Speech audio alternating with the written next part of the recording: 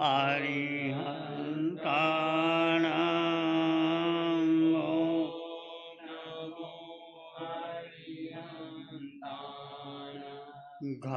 घबराओ न दुख जीवन सुख दुख घबराओ न दुख जीवन में जीवन सुख दुख का मेलाने शरणा ले लो अरिहंतों का शरणा ले लो अरिहंतों का क्यों करता व्यर्थ झमेला है ये प्रभु सिमरन की मेला है अरिहंताणां ओम नमो अरिहंताणां अरिहंताणां ओम नमो अरिहंताणां नमो नमो अरिहंताणां नमो नमो अरिहंताणां। अरिहंत परमात्मा महावीर क्षेत्र में विराजमान, जिनकी अनंत अनंत कृपा हम सब पर बरस रही है, उस प्रभु की अनंत करुणा, अनंत मैत्री, अनंत ज्ञान, अनंत साधना को अनंत अनंत नमन प्रार्थना कृतज्ञता के भाव शाचनपति भगवान महावीर, जिनका धर्म संग धर्म तीर्थ में हम सब धर्म का अमृत पान कर रहे हैं, उस प्रभु की साधना को, प्रभु के ज्ञान को, प्रभु की वाणों की, प्रभु की मैत्री को अनंत अनंत नमन प्रार्थना कृतज्ञता के भाव। प्रभु सिद्ध बुद्ध और मुक्त हो गए, उनकी वाणी आज भी हमारे लिए मंगलकारी है, कल्याणकारी है। हम सुन रहे हैं उपासक विषयांग सूत्र के अंदर 10 श्रावकों का वर्णन आता है। अनंत का आपने सुन लिया, किस प्रकार संपत्ति वैभव होते हुए वो वहाँ के नगर का राजा तो नहीं था, परंतु राज शरीफा था, खूब सबका संभाल करता था और भगवान का समोसरण लगा। भगवान ने 2 धर्म बताए, साधु का धर्म और श्रावक का धर्म। उसने श्रावक धर्म अंगीकार कर लिया, 12 व्रत ले लिए, 11 प्रतिमा ले ली, अंतिम पौषशाला में जाकर के समथारा लगा लिया। अवधि ज्ञान हुआ और भगवान को गंधर्व गौतम आए, उनसे पूछा, बताया। भगवान ने कहा नहीं, वो सत्य है, पहले देवलोक में गया। तो हम आज चर्चा करेंगे कामदेव श्रावक। वो भी दृढ़ धर्मी है, प्रिय धर्मी है। चरण में गति हो तो प्रगति होती है। जैन धर्म में जितने भी शास्त्र हैं, सब शास्त्रों में अध्यात्म को महत्व दिया जाता है। अध्यात्मता के पथ पर जीवन प्रारंभ होता है, अध्यात्म की चर्चा होती है। संसार के सभी प्राणी प्रपंच त्याग कर यदि वो आगे बढ़ते हैं तो उसकी चर्चा होती है, बाकी की चर्चा नहीं। आप कोई भी सूत्र उठा करके देख लीजिए। अंतगढ़ सूत्र में 99 आत्माओं का वर्णन आता है। वो राजकुमार थे, रानियां थी, सब छोड़ करके जंगल में गए और दीक्षा ले करके सिद्ध बुद्ध और मुक्त हो गए। इसी प्रकार कामदेव संसार के सभी प्रपंच त्याग करके सिद्ध बुद्ध हो गए। आपको बताया कामदेव चंपा नगरी का निवासी था। उस समय विशाली नगरी चंपा नगरी, राजगृह नगरी में भगवान का आवागमन होता है। चतुर्मास होते हैं, भगवान आते हैं जाते। चंपा नगरी बिहार में आज भी स्थित है, परंतु वो स्थिति नहीं जो पहले की चंपा नगरी थी। उसमें वो कामदेव श्रावक, उसके पास 18 करोड़ की संपत्ति थी, 60,000 गायें थी और खूब समृद्ध था, संपन्न था। और पहली बार भगवान के समोसरण में गया और सम्मोसन में जा कर के उन्होंने व्रत ले लिए और वो स्थिर हो गया। ऐसे ही शनि शनि वो धर्म ध्यान के सोपानों पर आरोहण होता हुआ अपनी आत्मा में रमन करने लगा। प्रत्येक साधना की श्रेणियाँ होती है। जैसे एक बालक विद्यार्थी अध्ययन करता है, पहले वो फर्स्ट कैटेगरी, फिर धीरे धीरे आगे बढ़ता है, 4th standard, 10th standard, BA MA धीरे धीरे करता है, ऐसे आगे बढ़ता है। कामदेव भी विकास करते करते अपने चरम लक्ष्य को प्राप्त कर लेता है। धर्म ध्यान की साधना करते हुए शुक्ल ध्यान तक पहुंच गया। शुक्ल ध्यान तक पहुंच गया तो इंद्र द्वारा देव सभा में कामदेव की प्रशंसा होती है। कामदेव की साधना की सुरभि देवलोक तक पहुंची। भूमंडल की तो बात ही क्या, शास्त्र में उल्लेख है कि इंद्र सभा में अपने सिंहासन पर आसीन था। देवलोक में इंद्र ने अपनी देव सभा में, जहाँ उसकी अगर महिषियाँ थी, देव थे, समानिक देव थे, उपस्थित थे, और उसके सामने इंद्र ने घोषणा की कि इस मध्यलोक में, भूलोक में कामदेव श्रावक भगवान महावीर का वो दृढ़ धर्मी है, प्रिय धर्मी है, उसको कोई भी डिगा नहीं सकता। अभी हिमालय की समान वो अचलायमान है, उसको कोई भी धर्म से डिगा नहीं सकता। ना उसको प्रलोभन, ना भय, ना कोई डर है, ना कोई शक्ति के सामने वो नतमस्तक होता है। वो अपने धर्म पर इतना दृढ़ और विश्वास है, श्रद्धा, परम श्रद्धा। सब ने सुना, परंतु देव में भी, देवलोकों में भी समकति देव भी होते हैं और मिथ्यात्वी देव भी होते हैं। समकति देव तो सुन करके उनको हर्षित होते हैं, प्रफुल्लित होते हैं, आनंदित होते हैं कि चलो ऐसे भी कोई साधना कर रहा है, वो नतमस्तक हो जाते हैं, उनके पास आते हैं। परंतु कुछ ऐसे मिथ्यात्वी देव भी होते हैं, वो उस बात को सहन ही नहीं कर पाते कि ऐसा भी कोई हो सकता है कि मानव जगत में इतनी साधना करने वाला।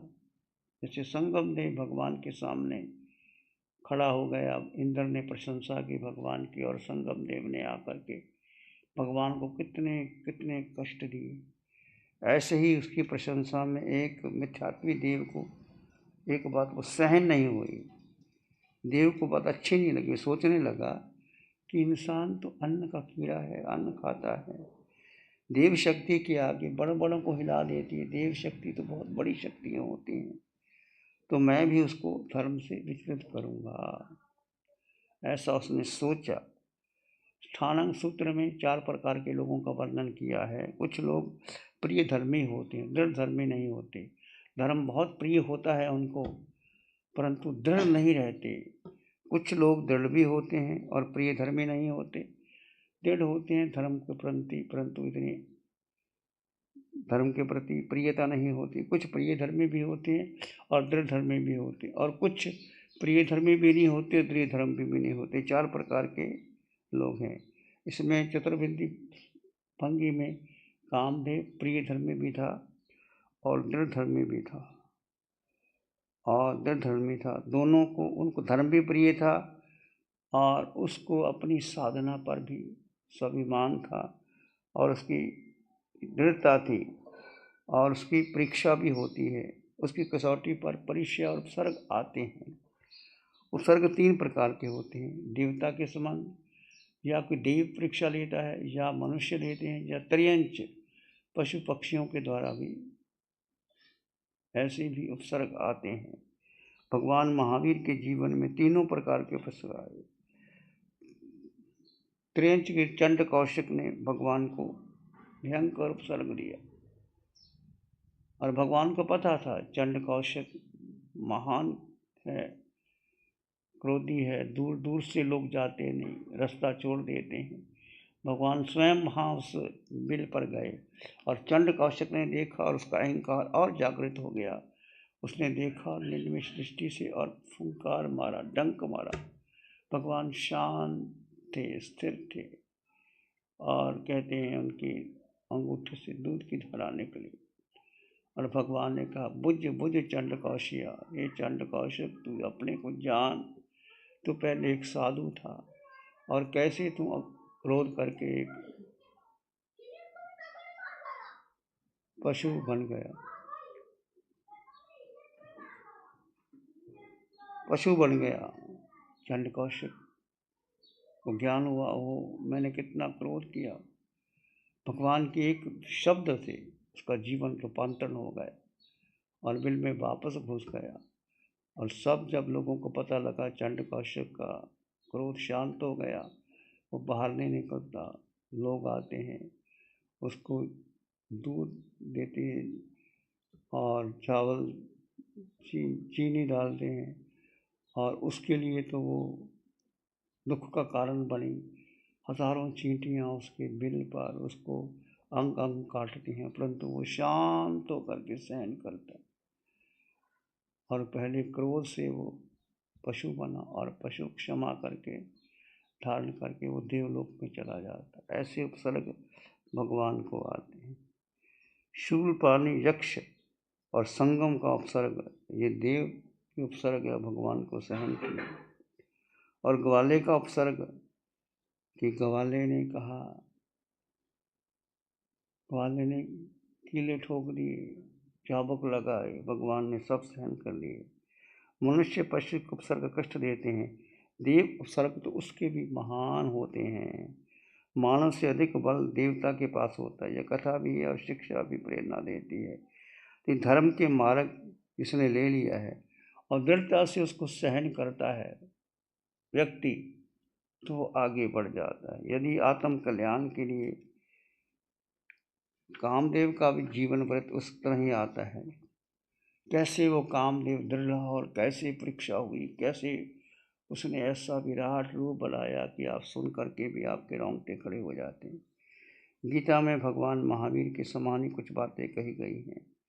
भक्त भी 4 प्रकार के होते हैं। एक है दुखी व्यक्ति, दुखी होता है तो भक्त बन जाता है भगवान का कि चलो मेरा दुख दूर हो जाएगा। कुछ कामनाओं की वशीभूत होकर के मुझे ये मिल जाए, मेरा कारोबार सिद्ध हो जाए, मेरी फैक्ट्री चल जाए, मेरे घर में बेटा हो जाए, ये हो जाए, कामी व्यक्ति। एक जिज्ञासु के जानने के लिए ये कैसे होता है, चलो मैं देखता हूँ। एक और ज्ञानी दुखी भक्त है जो दुख से प्रेरित होकर भक्ति करता है और दुख शांत हो जाता है तो धर्म की रुचि भी शांत हो जाती है। दुखी भक्त मुझे प्रिय, भगवान कृष्ण कहते हैं कि दुखी भक्त मुझे प्रिय नहीं है, कामी भी मुझे प्रिय नहीं, जिज्ञासु भक्ति भी प्रिय नहीं है। प्रिय कौन है? जो ज्ञानी है, जो किसी की बातों में उलझता नहीं, जो अपने ज्ञान के बल पर आगे बढ़ता है और वो भक्त बन जाता है। कामदेव भगवान महावीर के शब्दों में दृढ़ धर्मी है, गीता की भाषा में वो ज्ञानी है। उसकी भक्ति आत्मा की शुद्धि के लिए, शांति के लिए, सर्वप्रथम की कामना से ऊपर उठ करके वो व्रत ग्रहण कर चुके हैं। गुण कदाचित ईर्ष्या के हेतु भी बन जाते हैं, जैसे कामदेव की साधना का सौरभ जब देवलोकों में गया, इंद्र ने प्रशंसा की तो मिठाती देव को उसकी बात समझ में नहीं आई कि ये कैसे हो सकता है, तो परीक्षा के लिए वो उसको रूप बना करके कैसे आता है। कामदेव जो साधना कर रहा है वो आत्म कल्याण के लिए कर रहा है, उसकी साधना में अन्य कोई प्रयोजन नहीं कि मुझे साधना करके मुझे सिद्ध गति को प्राप्त करना है। ना उसके जीवन में दुख है, ना कोई घबराहट है, ना कोई कामना है, ना कोई भय है, कुछ भी नहीं है। परंतु कामदेव का गुण देव की ईर्ष्या का कारण बन गया। जैसे आप देखते हैं मीठी वाणी, तोता मीठी वाणी बोलता है और मीठी वाणी से लोग क्या करते हैं, तोते को पिंजरे में बंद कर देते हैं। कभी देखा है कौवा काया काया करता है, कौवे को किसी ने पिंजरे में बंद किया? किसी ने कौवे को पिंजरे में बंद नहीं किया। क्यों? कौवा तो काया काया करता है। और कोयल कितनी मधुर बोलती है। कौवे का रंग भी काला, कोयल का भी रंग काला होता है, पर कोयल की वाणी बड़ी मधुर होती है। उसकी वाणी बस सुनना चाहते हैं। कोयल छोटी होती है, कौवा बड़ा होता है। कोया जब भी होता है तो लोग उसको पत्थर मार के बजा देते हैं, क्योंकि वो काया काया काया काया करते हैं।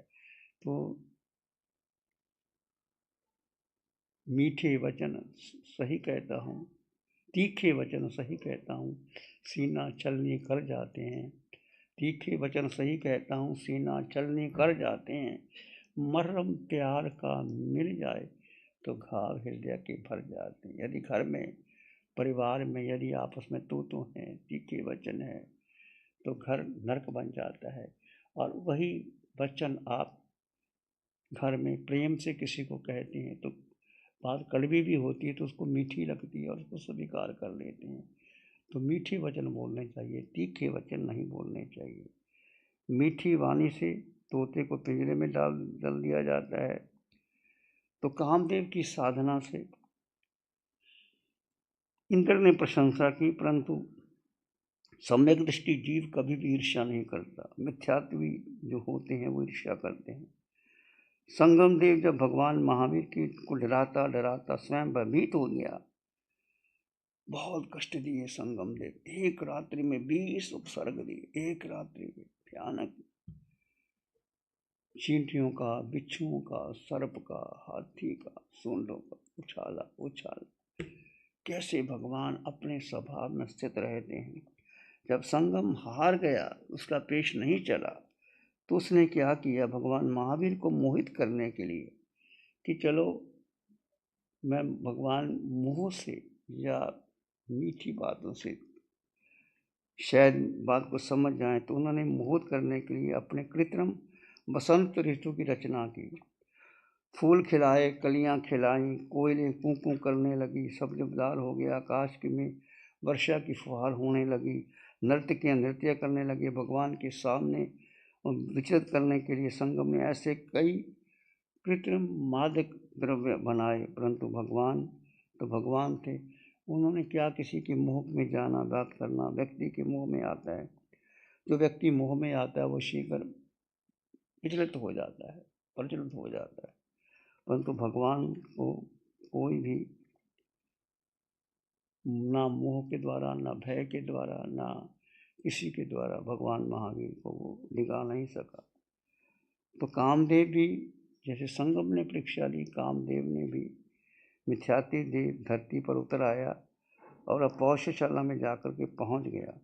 कामदेव के जीवन की आने वाली उपसर्गों का वर्णन यदि आप श्रवण करोगे तो उनकी ऐसी शक्तियां थे, आप दंग रह जाओगे। पर वो कामदेव ने एक दृढ़ निश्चय कर दिया था कि प्रिय धर्मिता दृढ़ धर्मिता कार्यम वसाध्यम देहम न पात्यम, कि एक मंत्र था कि जब तक देह का उत्सर्ग रहेगा मैं अपने लक्ष्य को अपने सिद्ध गति की ओर आगे कर लूँगा। इस प्रकार भगवान महावीर के सामने बहुत उपसर्ग आए, कामदेव के सामने भी उपसर्ग आए। उन्होंने एक मंत्र बना लिया था कि कैसे मैं उसको करूँगा। और वो मिथ्यात्वी देह में अवधि ज्ञान होता है, वो अवधि ज्ञान के द्वारा कोई भी रूप बदल देता है। आपके सामने बैठा बैठा वो क्रेंच का रूप ले लेता है, पशु का ले लेता है, मनुष्य का ले लेता है, देव का ले लेता है, और ऐसे भयानक भयानक रूप बनाता है कि देख भी नहीं सकते। तो उसने ऐसे भयानक भयानक रूप बनाते अब पौषशाला में उतर गया, और उतरने के बाद वो ऐसा रूप बनाया, ऐसा भयानक रूप बनाया, और नंगी तलवार लेकर के खड़ा हो गया। कामदेव तो कह दे भगवान का धर्म झूठा है, नहीं ये देह तेरे टुकड़े टुकड़े कर देगी। तो कामदेव अपने पौषशाला में भगवान से उन्होंने व्रत ग्रहण कर लिए, प्रतिमा ग्रहण कर ली, और अपने धर्म ध्यान से शुक्ल ध्यान किया। सबसे अधिक 4 ध्यान है, एक आर्त ध्यान, एक रौद्र ध्यान, जो बचपन से आप करते हैं। जब माँ के गर्भ से बच्चा बाहर आता है तो रोता है, चिल्लाता है, उसकी डिमांड पूरी नहीं होती तो आर्त करता है, रौद्र करता है, चिल्लाता है। आप रौद्र ध्यान तो हम कर्मों का बंधन करते हैं। धर्म ध्यान भी आपको मोक्ष नहीं ले जा सकता। धर्म ध्यान क्या है, किसी की स्तुति करना, जैसे माला करना, पाठ करना, जाप करना और भक्तामृत, कल्याण मंदिर, जो भी पंचम काल में अधिकतर साधु साध्वी श्रावक श्राविका धर्म ध्यान करते। लोगों को धर्म में लगा, अच्छा भाई हमारे पास भी पहले कोई आता था, माला कर लो, जाप कर लो, लोग उसका पाठ कर लो, भक्तामृत पढ़ लो, परंतु ये स्तुतियां हैं। स्तुति से तुम क्या भगवान की स्तुति करके तुम भगवान बन सकते हो? अरिहंत की स्तुति करने से बहुत स्तुति कर लिया आपने। भक्तामृत में क्या है, आचार्य मानतुंग ने भगवान की स्तुति, ऐसी स्तुति की, ऐसा भाव आया भीतर से, ऐसा भाव आया। वो नहीं चाहता था, राजा ने कहा चमत्कार दिखाओ। वो कहते राजन चमत्कार नहीं होता, धर्म में चमत्कार होता ही नहीं। राजा ने बंद कर दिया 48 सालों में। अब उसके भीतर ऐसी शक्ति आई और 48 सालों में बंद है और भगवान को देखा भी नहीं था, आदिनाथ को। ऐसा भक्तामर प्रणत मौली मणि प्रभानाम मध्योतकम दलित बाब तमोवितानम सम्यक दर्शनम सम्यक प्रणम्यति जिनपाद योगम योगा। कि प्रभु आपके चरण कमल कैसे हैं, आपके कैसा, ऐसी प्रार्थना बहुत सुंदर है भक्तामृत। हम नहीं कहते, पर वो एक प्रार्थना है, एक उनकी गुणगान गाने। तुम अरिहंत के गीत गाते रहो। तुम्हारा बापू है, बापू ने जो काम किया उसकी करो ना, बापू की प्रशंसा करो। बापू तेरा कमल जैसा चेहरा, तेरा वो। बापू कहता है तू काम तो करता नहीं, प्रशंसा करके क्या हो जाएगा? ऐसे प्रशंसा, धर्म ध्यान, इससे क्या होता है, आपको पुण्य मिलता है। आप देवलोक में भी जा सकते हैं, ऐसा नहीं कि नहीं जाओगे। धर्म ध्यान से पुण्य मिलता है, देवलोक मिल सकता है, आपका मनुष्य जन्म में धन मिल सकता है, अच्छा परिवार मिल सकता है, परंतु मोक्ष नहीं मिल सकता। मोक्ष के लिए तो जो भी कर्म आपने बांधे हैं, चाहे पुण्य के हैं चाहे पाप के हैं, उसको काटना ही होगा, उसको अलग करना ही होगा। तो इस पंचम काल में अधिकतर लोग, बहुत से लोग, साधु साध्वी, ये पाठ कर लो, अलापुर भी पढ़ लो, माला कर लो, जप कर लो, सब लगे हुए हैं। परंतु भगवान ने कहा जो महावीर की साधना है वो ना पुण्य की है ना पाप। शुक्ल ध्यान, शुक्ल ध्यान का अर्थ है कि जीव, जड़ और जीव का भेद कर करके ये शरीर, इस आकार, ये पुद्गल का बना हुआ है। इतना भी संसार में पुद्गल है, उसका आकार है, चाहे वो मनुष्य है, व्यक्ति है, वस्तु है, स्थान है, धन है, धान्य है, वो पुद्गल का बना है। वो जन्म होता है, मरण होता है, विध्वंस होता है, बच्चा जन्म लेता है, बड़ा हो जाता है, बूढ़ा हो जाता है, अंतिम श्वास छूट जाता है और देह शमशान की राख बन जाती है। इसलिए पुद्गल का चिंतन नहीं करना, पुद्गल का ध्यान नहीं करना, शुक्ल ध्यान, जड़ और जीव का भेद करके, आकार और निराकार का भेद करके जीव में स्थित रहने का। जीव में अष्ट गुणों की संपदा है, अनंत ज्ञान, अनंत दर्शन, अनंत सुख, अनंत शक्ति जीव में विद्यमान। और जीव का जीव में स्थित हो जाना, यही ध्यान है, यही शुक्ल ध्यान है, यही साधना है। इससे कर्मों की लीला होती है, इसके ऊपर कोई ध्यान नहीं है। तो सारी महावीर की साधना जो अरिहंत परमात्मा की कृपा से मिली है, जो यूट्यूब में है, आप यूट्यूब में ध्यान कीजिए। कठिन है, ध्यान करना कठिन है, माला करना बड़ा आसान है। मन को कुछ चाहिए, मन लग जाता है, माला में, पाठ में, जाप में, किसी चीज़ में, स्वाध्याय में भी मन लग जाता है। पर सबसे ऊपर है, इसके अलग हो करके जीव अपने में स्थित हो जाए, अपने में लीन हो जाए। जीव के प्रति श्रद्धा हो, प्रतीति हो, रुचि हो, जीव अपने में ठहर जाए, डूब जाए, स्थित हो जाए। और जितने समय पहले, कुछ समय, फिर 1 minute, 2 minute, 4 minute, 10 minute, 15 minute, 20 minute, 24 minute आप ठहर जाते हैं तो आपको क्षायक संकेत हो जाती है, जीव में ठहर गया। और इस भरत क्षेत्र में आप 24 मिनट की क्षायक संकेत प्राप्त कर सकते हो। यदि आपकी रुचि हो, आपकी साधना में मन लग जाए, फिर बाकी सब छोड़ दो। फिर आगे कार्य आप महाविद्या में जाओ, भावना रखो कि प्रभु मैं महाविद्या में आकर के वहाँ आगे साधना करते रहो, और वहाँ जा कर के भगवान की वाणी सुनो। सुनने के बाद 48 मिनट आप ठहर गए, आपका मिथ्यात्व यहाँ टूट जाए, मोह वहाँ टूट जाए। 48 मिनट जीव जीव में ठहर गया तो केवल ज्ञान मोक्ष निश्चित है। बस इतनी सी साधना करनी है। वही साधना भगवान महावीर के 10 श्रावक, जिनके पास इतनी संपत्ति थी, उसने किया। श्रावक धर्म भी बहुत ऊंचा धर्म है, वो भी मोक्ष जा सकता है। भगवान महावीर के 10 श्रावक जो भगवान के 12 व्रत लिए, प्रतिमा ली, पौष्यशाला में गए, अंतम सलेखना आई, और फिर वो पहले देवलोक में गए। एक भाव लेंगे भगवान के महावीर में जा कर के वहाँ से सिद्ध बुद्ध और मुक्त हो जाएंगे।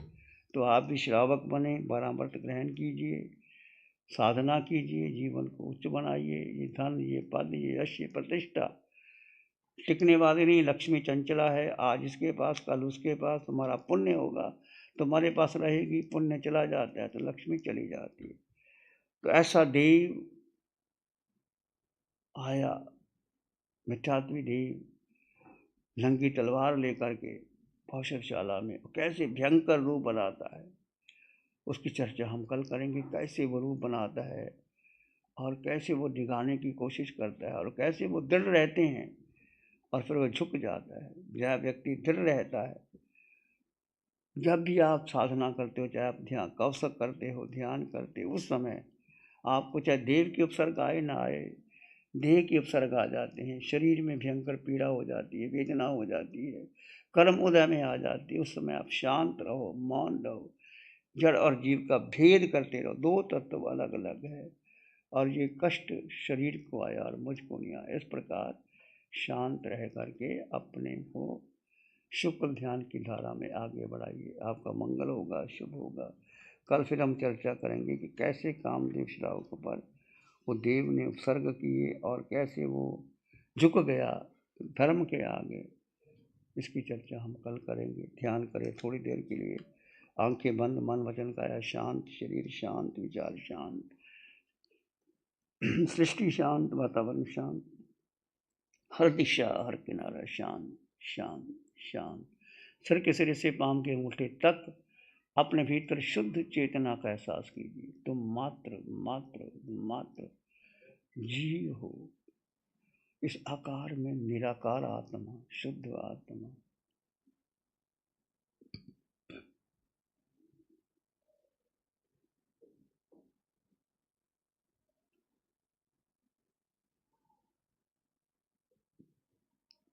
दो तत्व जुदा जुदा है। ये आकार परिवर्तनशील है, पुद्गल से बना हुआ है। इसका जन्म है, जवानी है, बुढ़ापा है।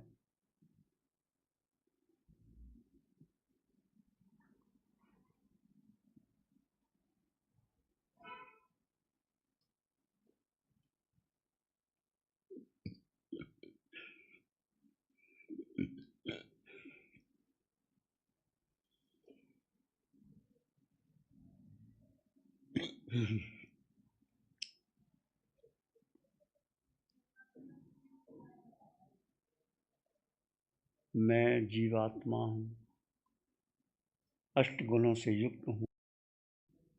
पूरे ब्रह्मांड में मेरा अपना अस्तित्व मुझे चाहिए। मैं अपने में संपन्न परिपूर्ण आत्मा, शुद्ध आत्मा, अष्ट गुणों से युक्त आत्मा, अनंत ज्ञान, अनंत दर्शन, अनंत सुख, अनंत शक्ति मेरे भीतर है।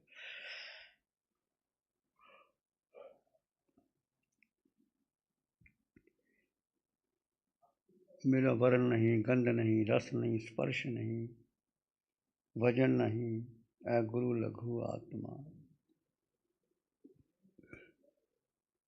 क्षयक संकति आत्मा। यही आत्मा सिद्धशिला में अटल अवगाहना से सिद्ध हो जाएगी। बस एक ही साधना करो जीवन के अंदर, अपने को जानो और अपने में स्थित रह कर साधना करते रहो।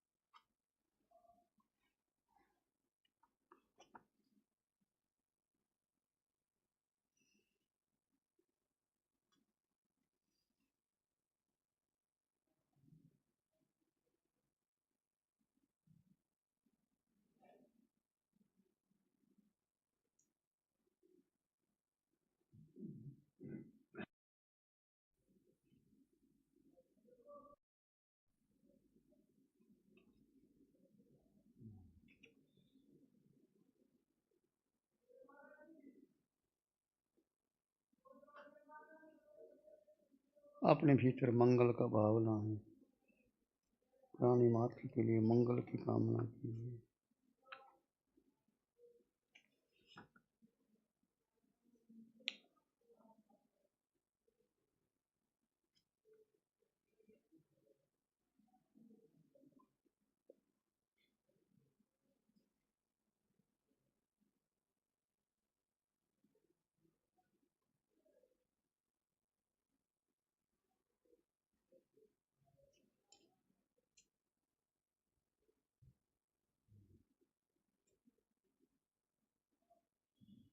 नमन करें हम धर्म को, धर्म बड़ा बलवान। नमन करें हम धर्म को, धर्म बड़ा बलवान। धर्म सदा रक्षा करे, धर्म करे कल्याण। धर्म सदा रक्षा करे, धर्म करे कल्याण। सबका भला हो, सबका मंगल हो, सबका शुभ हो। इसी में एक लंबा गहरा सांस लें। अरिहंत परमात्मा के चरणों में अनंत कृतज्ञता ज्ञापित करें। एक और लंबा गहरा सांस। अरिहंत परमात्मा के चरणों में नमन और वंदन। दोनों हाथों को आंखों पर ले जाएं। हल्का सा स्पर्श, धीरे से आंखें खोल सकते हैं।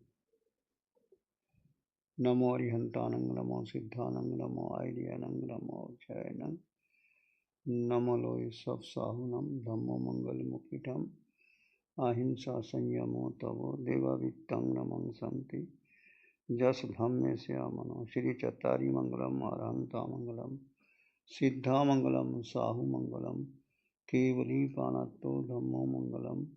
चत्तारी लोग उत्तमा, अरहंता लोग उत्तमा, सिद्धा लोग उत्तमा, साहु लोगुत्तम केवली पणतो धम्मो लोगुत्तम चत्तारि शरणं पवज्यामि अरन्ते शरणं पवज्यामि सिद्धे शरणं पवज्यामि साहु शरणं पवज्यामि केवली पणतं धम्मं शरणं पवज्यामि चार शरण